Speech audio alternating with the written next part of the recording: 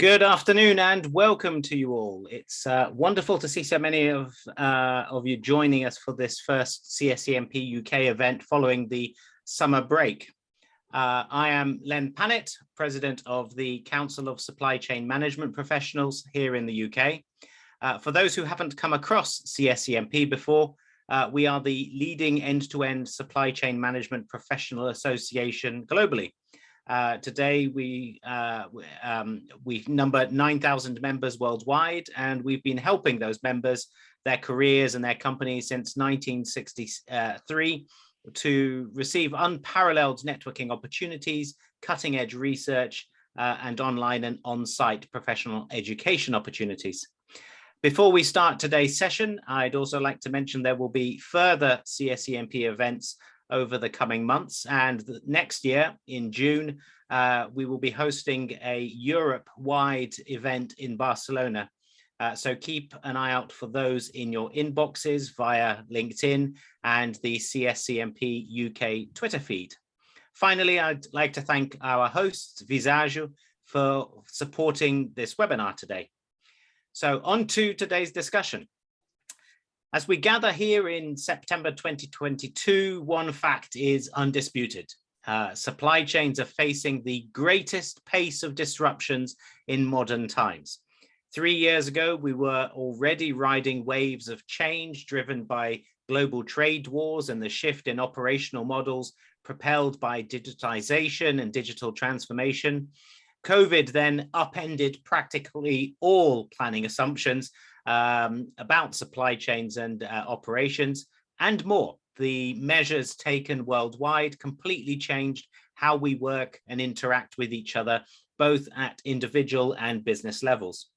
As the vaccination program gained pace and we reignited our operations, demand spiked and supply chains were forced to react with an unprecedented pace. That drove up prices for shipping, for energy, for key components and raw materials, and peppering all of those were natural and man-made interruptions, from fires in Chinese ports to ships plugging the Suez Canal, and of course in the UK, Brexit, which erected barriers between a G7 economy where there hadn't been any for over 40 years. The more recent war in Ukraine has added to the disruption, further adding to the uncertainty we're all finding. Those have all put inordinate pressure on skills, and many supply chains have been hampered by not being able to access the talent they need, where they need it and when they need it. It's no wonder then that the attrition rate for supply chain leaders and managers has spiked to decades-high levels. In the middle of those, the global consultancy McKinsey published a study that found that on average today, companies can expect to lose almost 45% of 1 year's profits over the course of a decade to supply chain disruptions. And that is equivalent to 7 percentage points of decline. As we look to the near future, supply chain planning has never been more important. CEOs and boards now list the triple issues of cost management, resilience, and sustainability as their top 3 priorities. If those are to be delivered, planning supply chains in a way which accounts for them is a must-have. So how are firms doing that? Who better then to tell us than ToolsGroup, leader in supply chain planning. And joining me today is David Barton, ToolsGroup's Global Chief Revenue Officer. David brings over 20 years of top-level experience, including 10 years leading high-growth SaaS solution teams in the supply chain and procurement industries. Prior to his current role, David was Vice President of Process Industry Sales at E2Open, and he's also served as Chief Revenue Officer at Rapid Ratings, where he drove the entire startup go-to-market plan.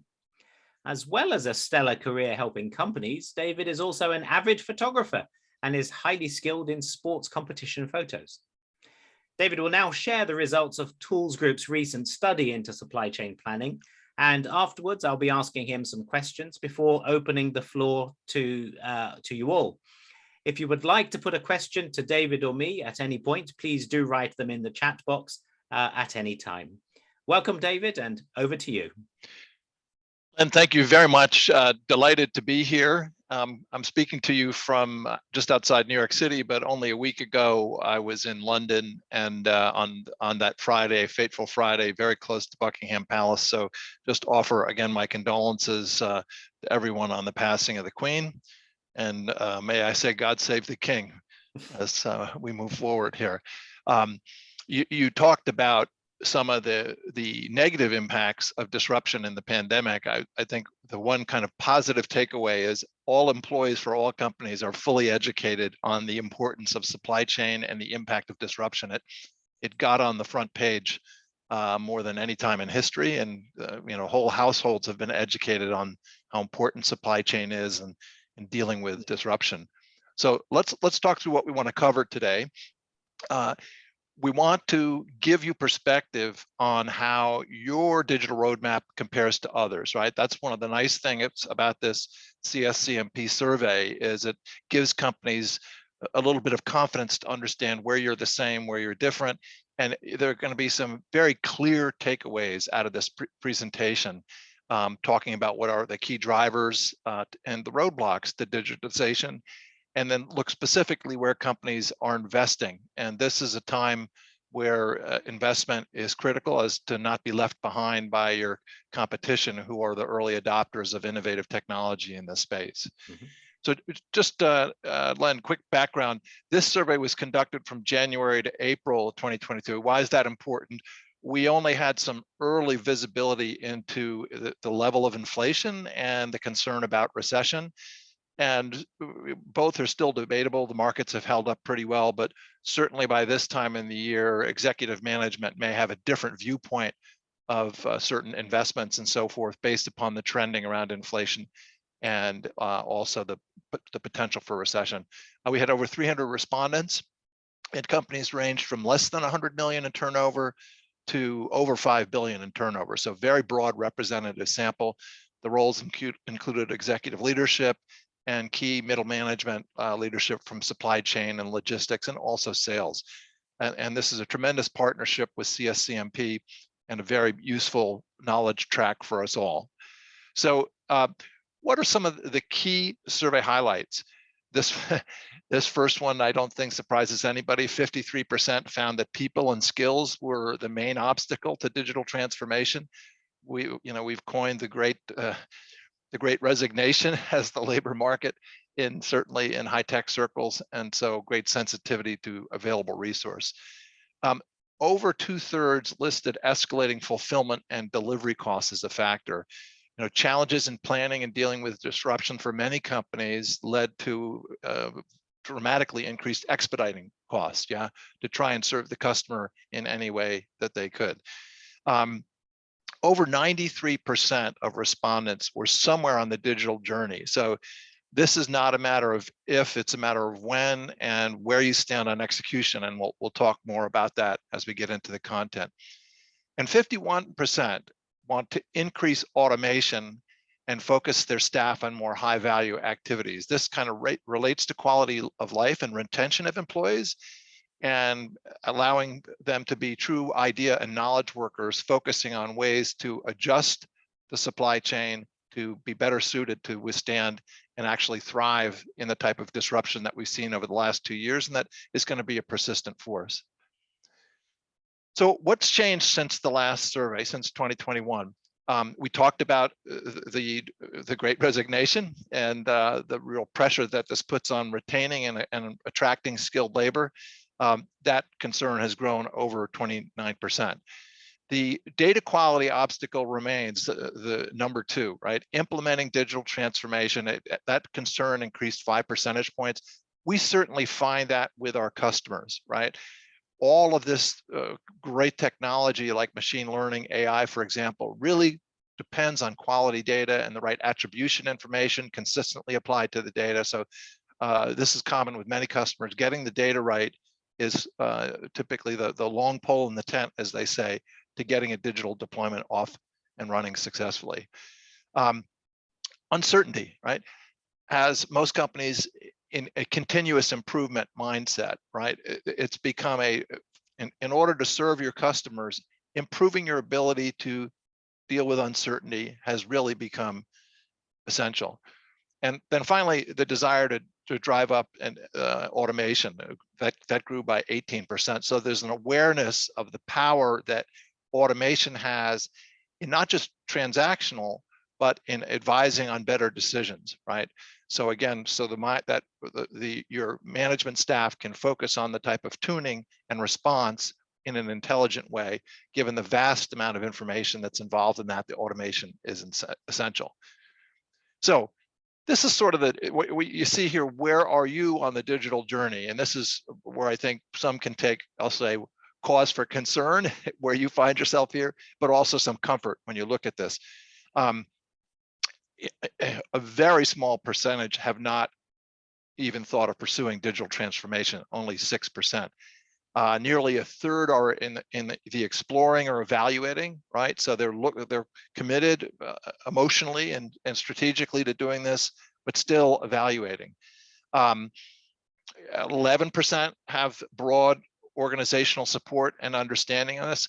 And the important takeaway here is less than a third are actively executing, right? So what's the takeaway there?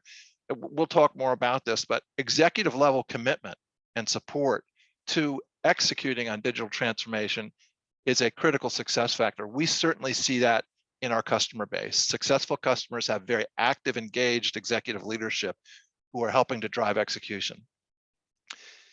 So some key takeaways about the positivity here. And again, recession and inflation notwithstanding, 28% very positive about the future, 48% somewhat positive, 17% neutral, and only 7% negative. So despite all the news, we've got a leadership that's confident about the future and looking forward to the days ahead. But disruption still looms large, yeah? These were the top 3 supply chain concerns in 2022. Escalating fulfillment delivery costs, 65% of respondents concerned about that, 64% concerned about supply delays and order fill rates, right? This is a consistent problem. And the answer cannot be just to overorder or to order from multiple suppliers and cancel your orders. You know, we saw the bullwhip effect in full force this year with we've all read in the news about the overstock situations companies had and the impact that had on obsolescence and wasteful price reductions required to eliminate that overstock. And then finally, accurate demand forecasting, 57%. We want to dig into that a little bit.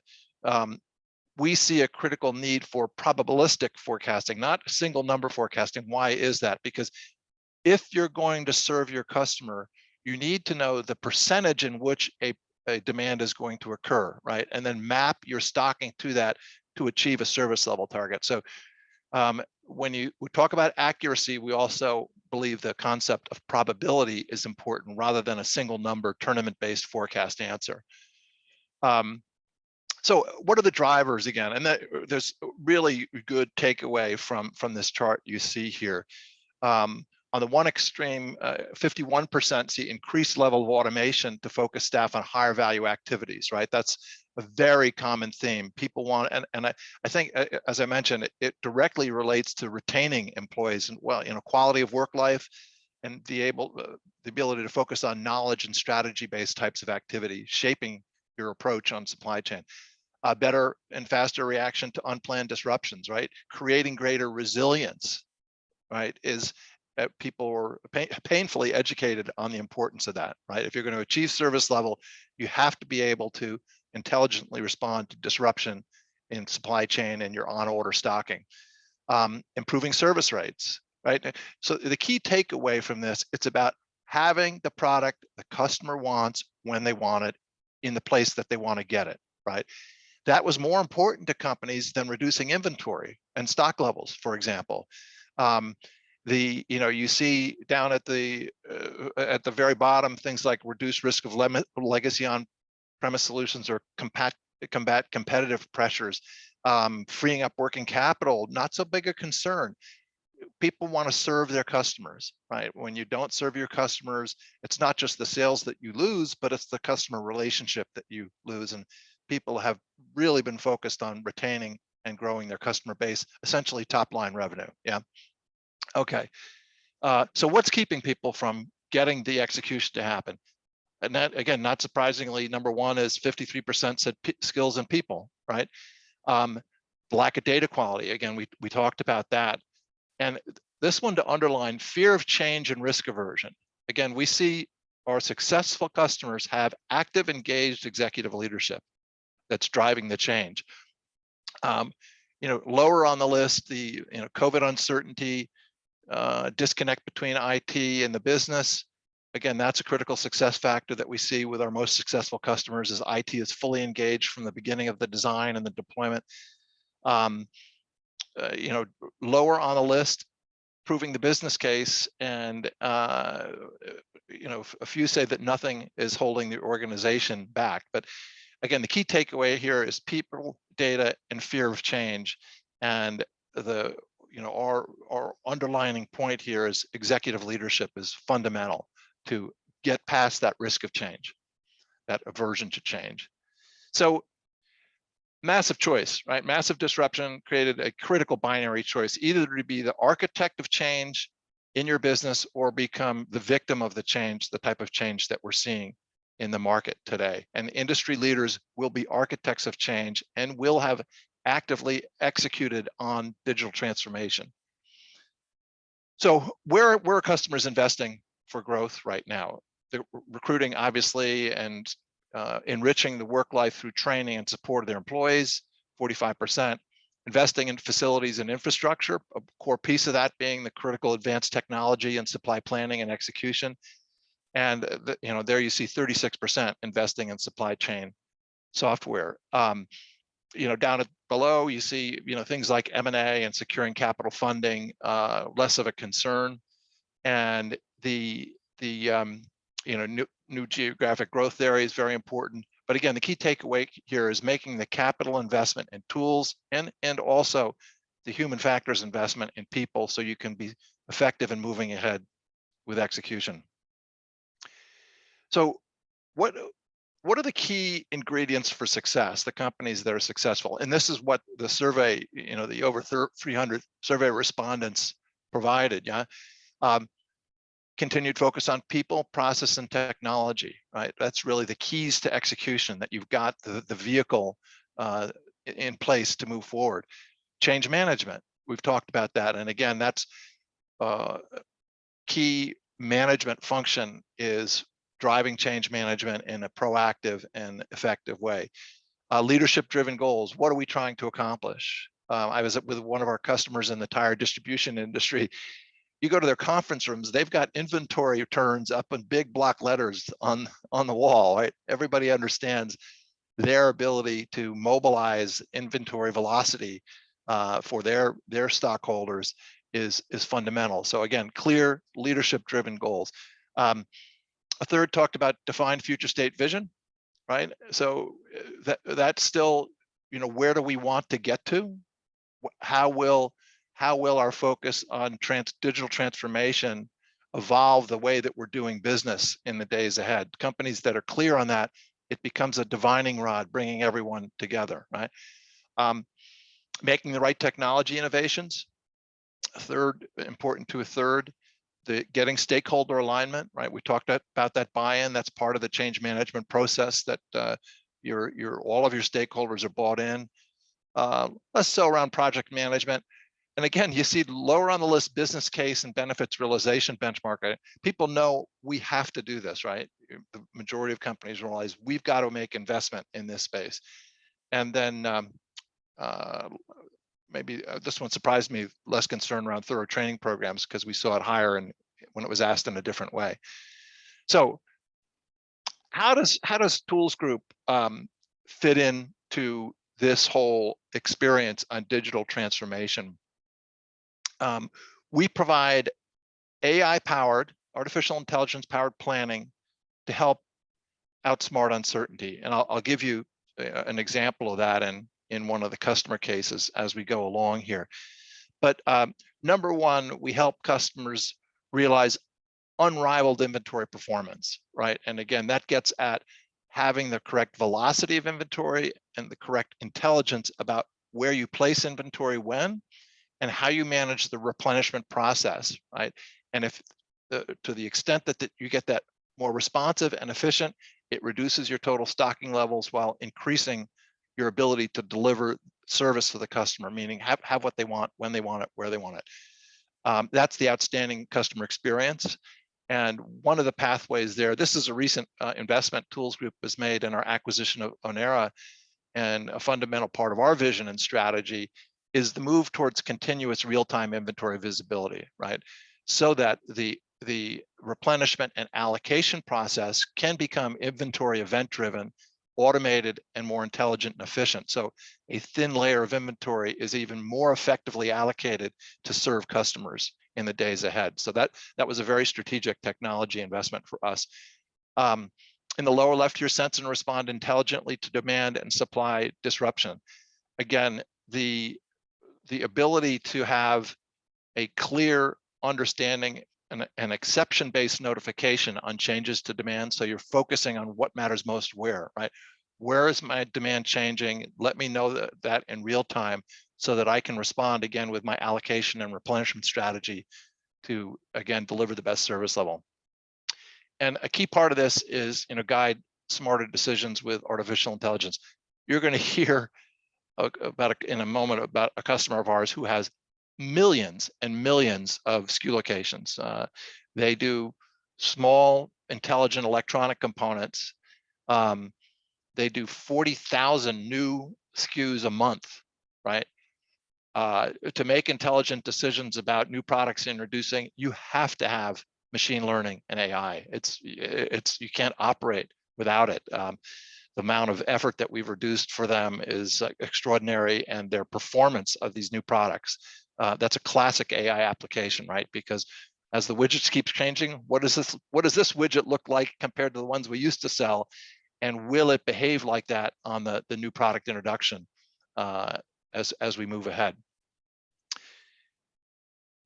So, and here's the example. What I was just describing is DigiKey Electronics, 1.3 million planned SKUs, right? And again, the 40,000 new a month. So the work that they accomplish with artificial intelligence is extraordinary. They use machine learning, again, to bring in 40,000 new items a month. Previously this was a great deal of effort, but now with our new product introduction module, they make very solid, effective second and third round buying decisions on these new products as they continue to add stock. And this is all comes from the intelligence by being able to have the correct attribution data that maps a new SKU to the behavior pattern of an old SKU from a demand standpoint. So really fundamental to the performance of their business, and the results for those of you that have worked in understanding service level, a 2% increase, right? Getting them to 98% achieved. And for a customer that does that, the level of volume that they do, a 2% service level agreement is a huge bottom line impact, revenue and bottom line impact. And they've just since April 21, they've been able to get, as part of this, by more intelligent buying, bigger price breaks. This is something you don't often think about, but in a high volume commodity type business, forward buying discounts that vendors offer, suppliers offer, is a big return. In their case, it was $10 million in a one-year period, just by doing more intelligent forward buys, by better understanding what they could commit to because of the demand models that they had automated and were getting good guidance on. Swinging to an entirely different industry, from electronic components to high performance footwear, one of the largest in the world, over 30 billion in revenue. We support them with allocation, and we have really unique allocation, and then it's bottoms up SKU and location based allocation. And deals helps the customer deal with shifting in supply patterns, right? As my supply is changing, where's the best place to put it, and how can I efficiently do that?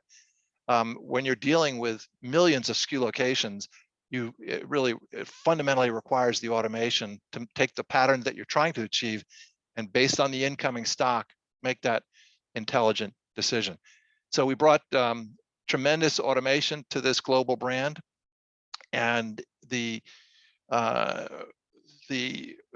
sold over 2 million incremental units, right? That gets back to having the product the customer wants, right place and right time, right? That's top line revenue and service to the customer. You know, and in this type of space, it's retaining the customer as well. This is talk about a payback. Their return in terms of top line sales, you know, lost sales avoided and having the service level to customer, paid for the investment in one peak day, right, during their peak season. So tremendous performance. And then not to be overlooked, the 80% reduction in the time it takes to allocate inventory. And again, that the message here is industry leading companies are using the intelligent guidance that comes from effective automation to make better and more timely decisions on how they're handling supply and on where they're placing supply to maximize fulfillment of demand. So two really excellent success stories. And you know, the point being, here's one that was in a highly commoditized electronic components industry, and the other in a highly personalized, you know, this company does product in which the customer can order the color and mix of the pattern on the shoe and so forth.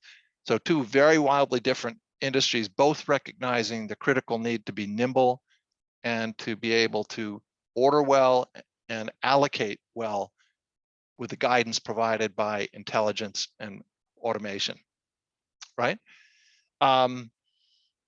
So that's the story. You know, this survey, it was, for me, you know, again, the fundamental takeaways were, it's about top line, having the right product and in the right place. And to do that, you need the automation capability to deal with the amount of disruption that we've seen in the market today, because it's now more important than ever to make effective decisions about replenishment schedule and stocking, right?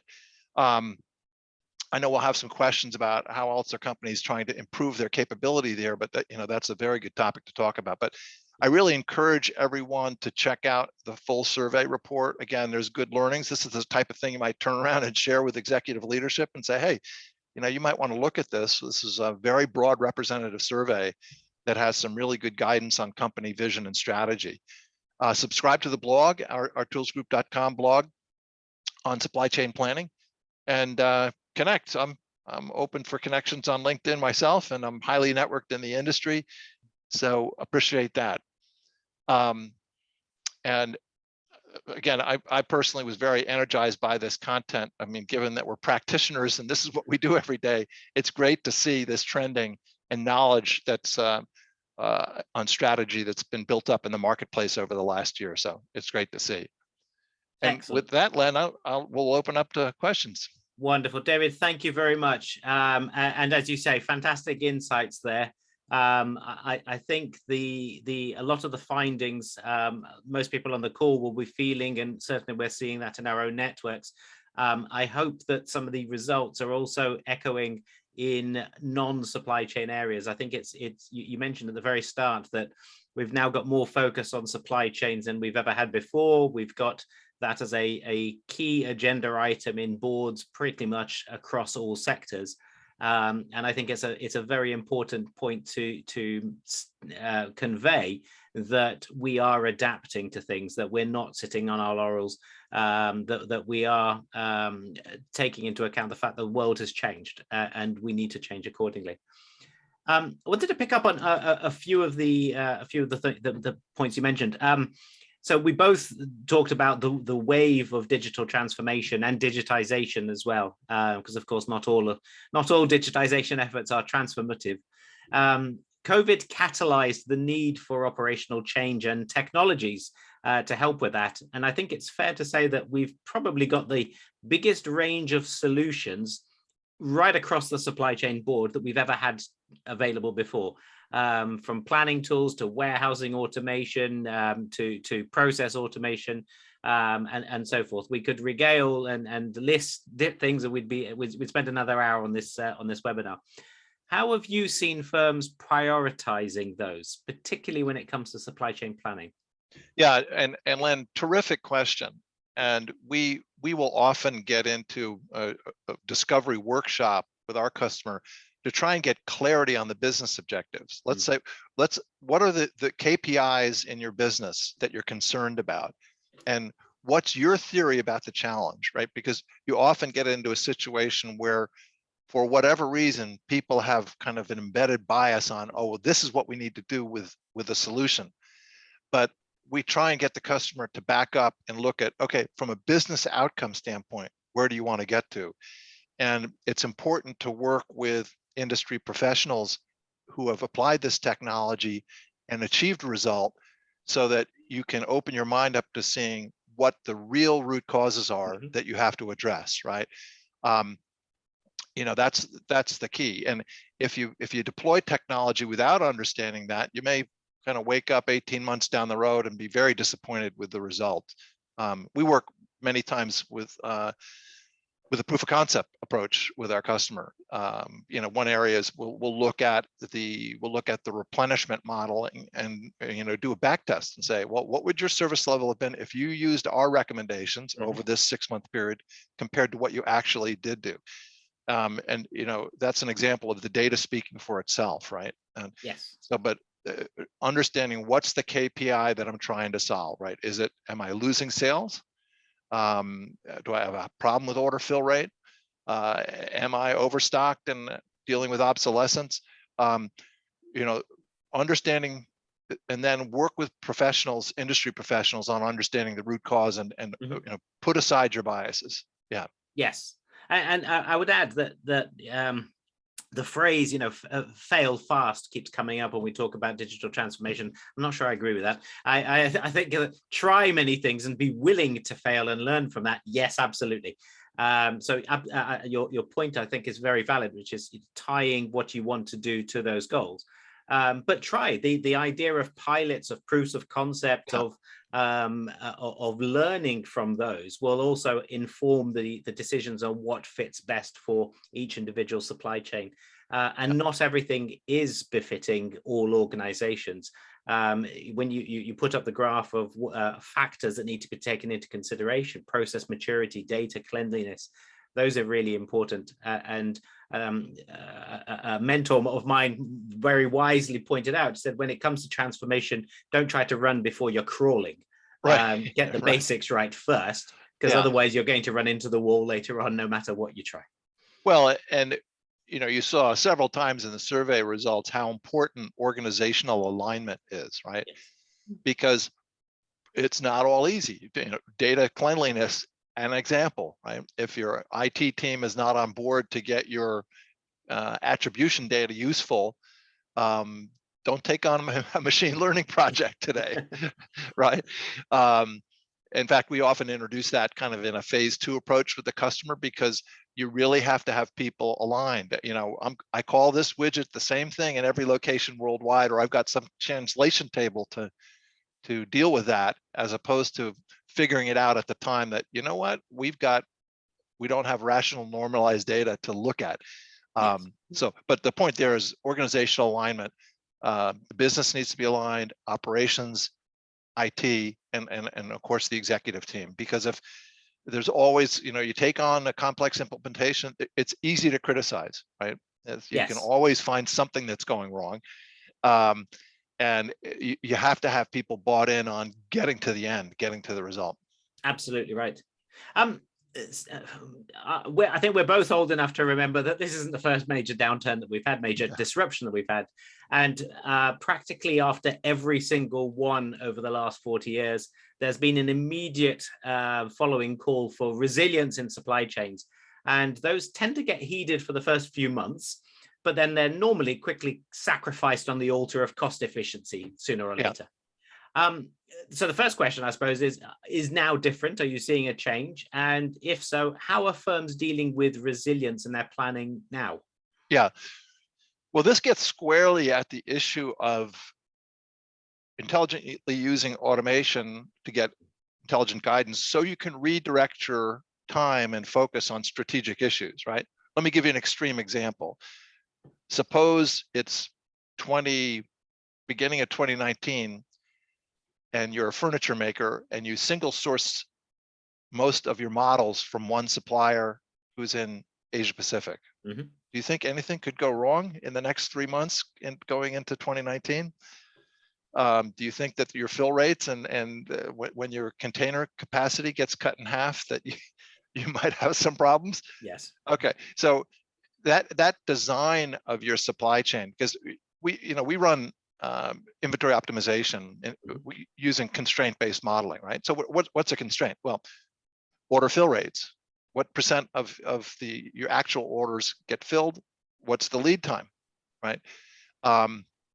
And being able to strategically adjust that so that you compress, right? Because you're really trying to get to just-in-time and infinite inventory turns, right? But most industries are a whole long way from that. And so you're seeing in the marketplace people trying to look at onshore.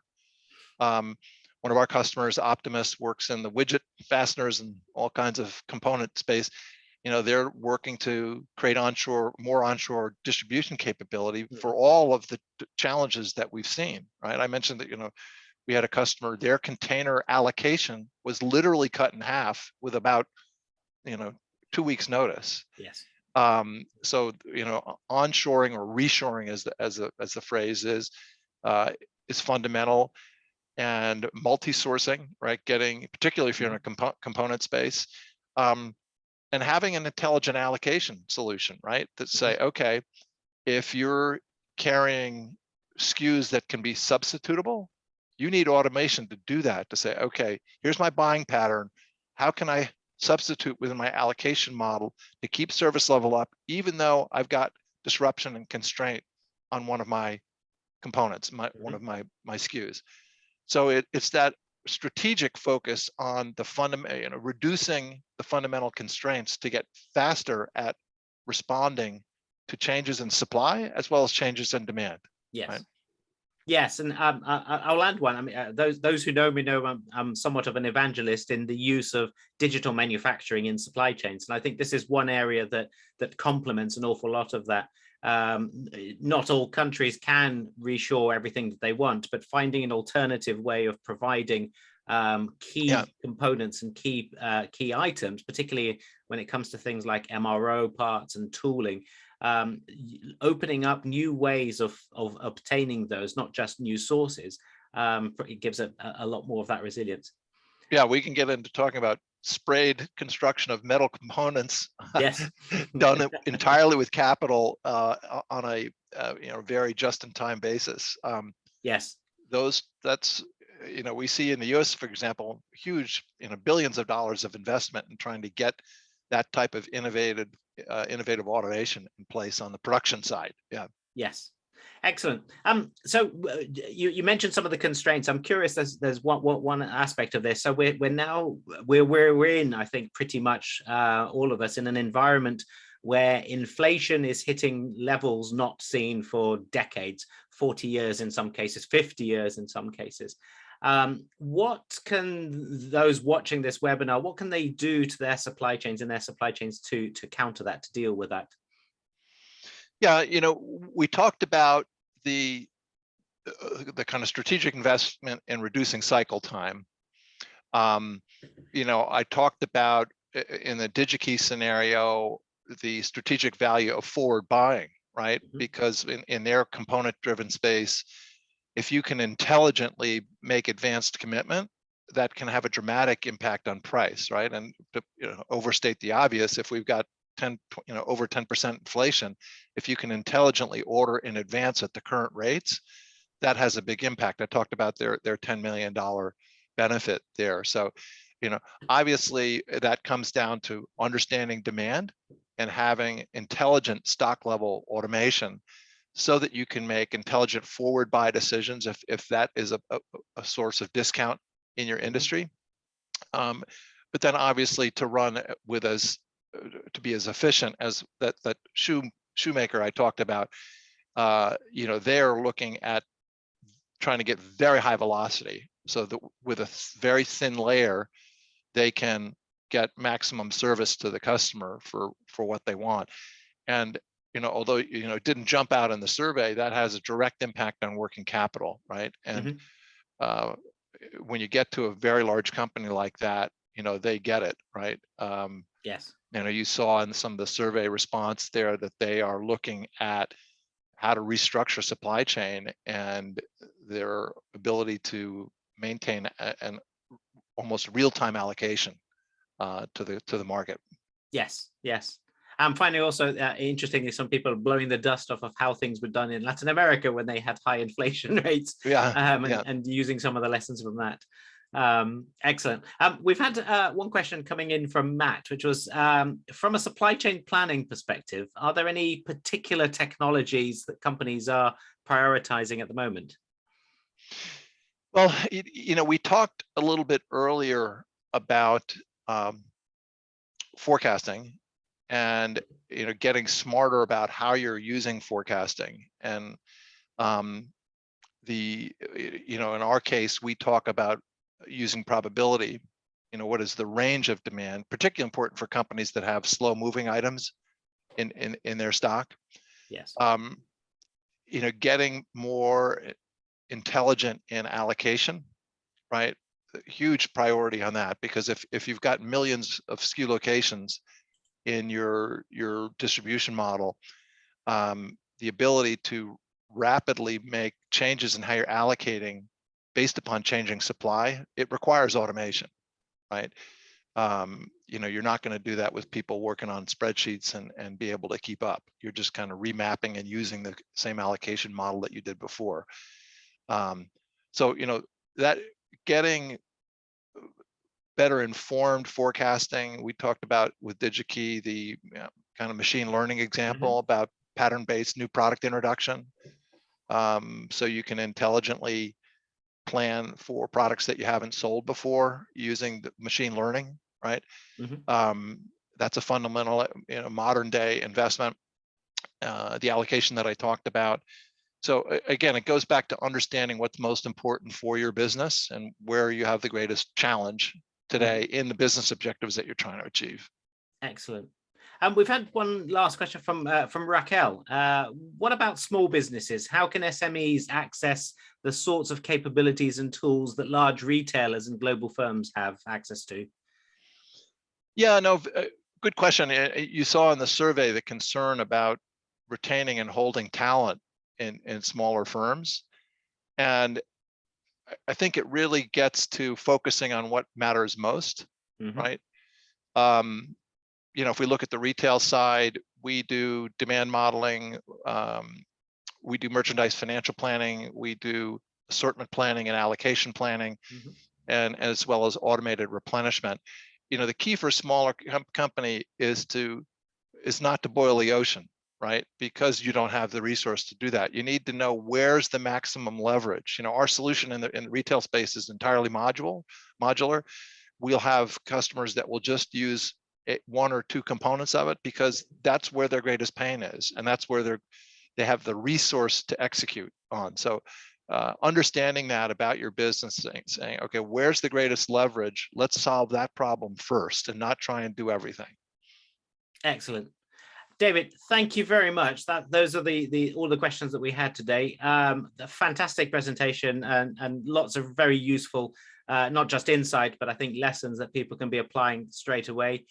So on behalf of CSCMP, thank you very much. For those listening, look out for future CSCMP sessions. And we hope to see you in June next year in Barcelona. All the best, Len. Thank you. Thanks everyone for joining.